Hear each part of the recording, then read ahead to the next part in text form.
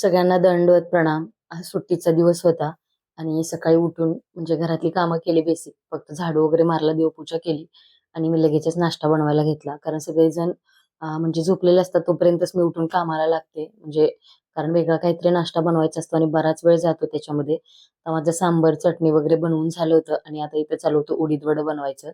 तर मी एक Instaला व्हिडिओ बघितला होता, एक रील बघितली होती की असे चाळणीने बनवले ना तर वडे छान होतात. पण त्यांनी जसे दाखवले तसे तर नाही झाले, पण बऱ्यापैकी छान झाले होते वडे आणि बरं वाटलं की पटकन होतात सुद्धा. एक वडा तेलामध्ये टाकल्यानंतर चाळण थोडीशी तेलामध्ये बुडवून घ्यायची आणि मग दुसरा वडा ठेवायचा.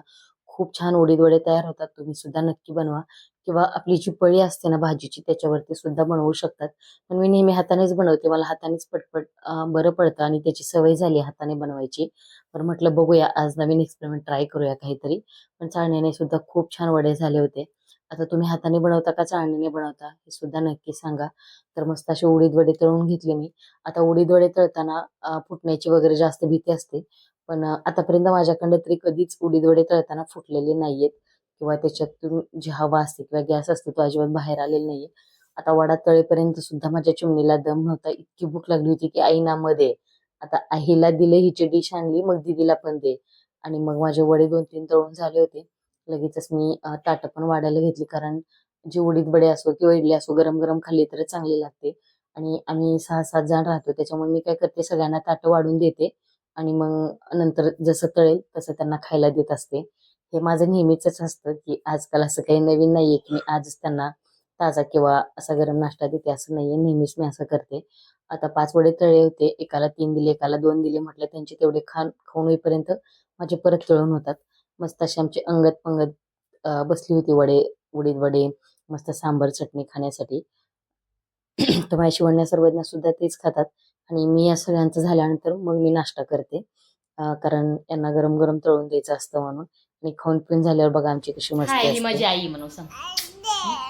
काय देऊ कुठे जायचं? कॅमेरा चालू केला हाय म्हण. आम्ही मंकी बघायला जाणार आहे म्हणून सांग. कुठे जाणार आहे आपण? आणि कोण जाणार आहे? कोणासोबत जायचं? बाबा कोणाचे? नाश बघायला अंगाला न्यायचं का? कोणाला न्यायचं? आता आमचा नाश्ता झालाय करून. सगळा पसारा जसाच्या तसा पडलाय.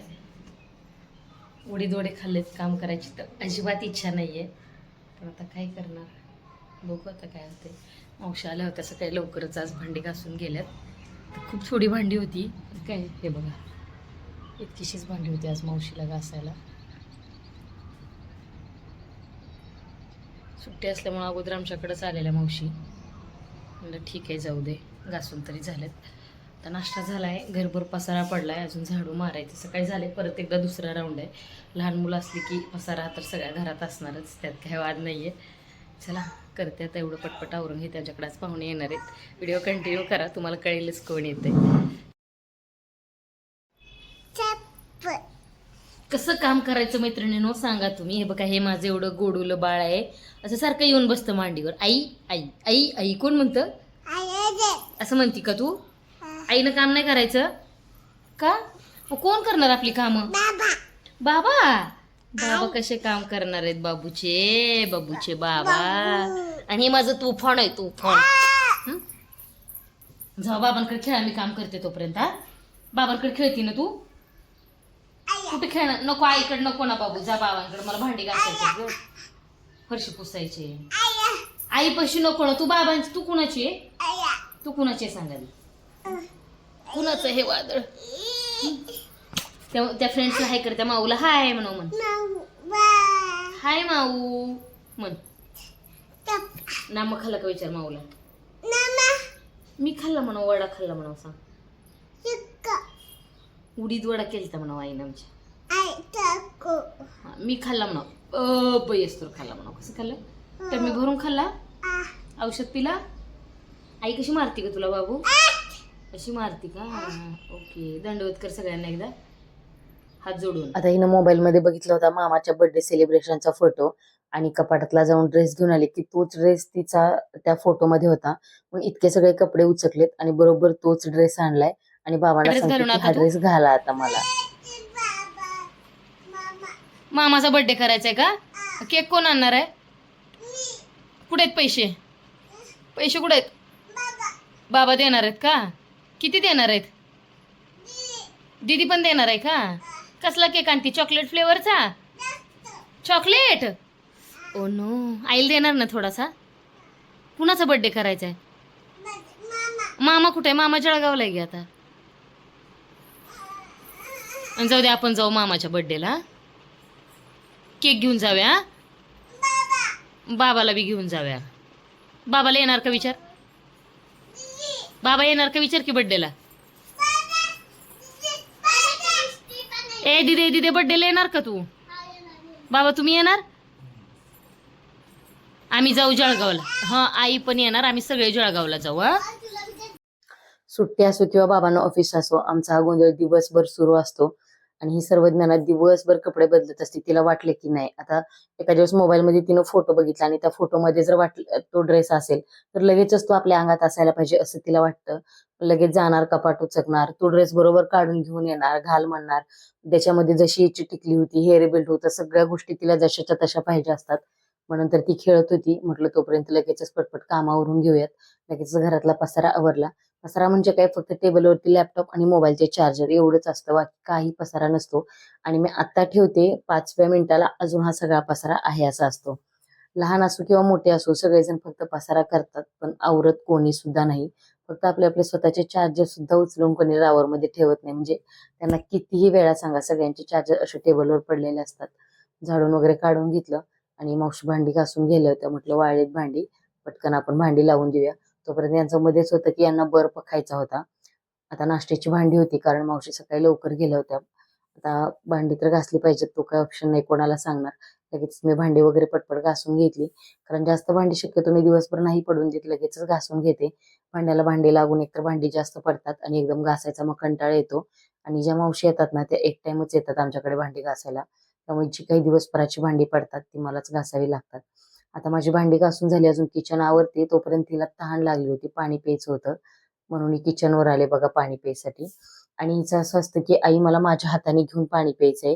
किचनवर चढणार, तिथं माठ ठेवलाय, नळ सोडून पाणी पिणार आणि मग खाली उतरणार. विषय असा असतो की वरती चढताना कोणी धरायचं सुद्धा नाहीये, असा अट्टास असतो. दुसऱ्याने दिलं तर ती अजिबात पाणी पित नाहीये. ग्लास भरून पाणी थोडंसं सांडलं होतं, मग आई मारते का काय म्हणून असं गोडी लावणं चालू होतं. तर तिला माहितीये आईला थोडंसं गोड बोलले की आई अजिबात मारणार नाही. मग पा दे, कुठं मिठी मार, अशा गोष्टी तिच्या चालू असतात. मग कसं तरी गोड बोलून मी तिला खेळायला पाठवलं. आणि आमच्याकडे पाहुणे म्हणजे माझे दाजी आले होते, मोठे दाजी. तर मुलींसाठी द्राक्ष घेऊन आलेले. आता त्यांना मी व्हिडिओमध्ये नंतर पुढे घेतले, तुम्ही बघालच. तर त्यांनी ना पोरींना असे उन्हाळ्यासाठीचे ड्रेस आणले होते, छोटे छोटे मस्त होते कॉटनचे. तर शिवण्या सर्वज्ञ दोघींना सुद्धा खूप आवडले. शिवण्यापेक्षा सर्वज्ञाला खूप छान दिसत होता आणि सर्व शिवण्याला सुद्धा असा ड्रेस पाहिजे होता. बरोबर तो भेटला सुद्धा. त्यांना कपडे वगैरे घातले आणि मग मी बघत होते की तिनं काय दिले, पण म्हटलं नको, अगोदर स्वयंपाक बनवूया आणि मग आपण तिनं सुद्धा खूप साऱ्या भाज्या, ग्रेप्स, शेंगदाण्याच्या पोळ्या वगैरे करून दिल्या होत्या. आणि मग दुपारी स्वयंपाक केला, आम्ही जेवायला बसलो होतो. त्यातलेच वांग्याची भाजी बनवली होती. असली भारी वांगी होती ना की खरंच काय विचारू नका. मस्त पापड वगैरे पण तळलं होतं, भात चपाती आणि बासुंदी आणली होती, असा मेनू होता. आम्ही सगळ्यांनी छान असं जेवण वगैरे केलं. कारण काय होतं, एक तर दुपार झाली होती, सकाळचा नाश्ता सुद्धा हेवी झाला होता. पण नाश्ता आज लवकर केला होता, त्यामुळे दुपारी जवळजवळ 3 वाजलेत आणि आता आम्ही जेवायला बसलोय. कारण एवढ्या सगळ्या जणांचा स्वयंपाक वगैरे करायचं म्हटलं ना, तर मला सुद्धा एकटीला खूप लोड येतोय. आणि त्यात ह्या माझ्या 2 चिमण्या आहेत. म्हणजे लहान मुलांना बघून घरातली सगळं कामं करून जर इतक्या जणांचं करायचं म्हटलं ना, तर खरंच होत नाहीये. आणि काही दिवसापासून मला सुद्धा थोडे हेल्थ इश्यू सुरू आहेत. म्हणजे माझा एक हात आहे ना उजवा, तो म्हणजे प्रचंड दुखतोय. थोडा सुद्धा मला कामाचा जास्त ताण पडला ना की नंतर माझा हातच उचलत नाहीये, असं होतंय. पण आता काही पर्याय नाहीये, काही गोष्टींसाठी ऑप्शन सुद्धा नसतो. म्हणजे किती जरी दुखलं, काही जरी झालं, तर त्या गोष्टी आपल्यालाच कराव्या लागतात. तर नंतर दुपारचं जेवण वगैरे झालं होतं. मस्त सगळा पसारा वगैरे आवरला, परत चहा पाणी झालं. आता परत संध्याकाळच्या जेवणाची तयारी झाली, संध्याकाळचं जेवण वगैरे झालं. आणि आता घरी स्प्राईट आणलं होतं, म्हणून मी सुद्धा थोडंसं घेतलं. तसं 11 वाजले होते, पण यांचा काही झोपायचा तपास नव्हता. कारण आता सुट्ट्या लागल्यात ना, मग काय निवांत. मग थोडंसं स्प्राईट घेतलं आणि यांचे असे खेळ चालू होते. आणि असा एकदम बिझी दिवस माझा दररोजचा असतो. आणि तुम्हाला जर माझे व्हिडिओ आवडत असतील तर आपल्या चॅनलला नक्कीच लाईक, शेअर आणि सबस्क्राईब करा. आणि भेटूया लवकरच अजून एका अशा छान छान नवीन आणि तुम्हाला आवडणाऱ्या ब्लॉगमध्ये. तर सगळ्यांना दंडवत प्रणाम.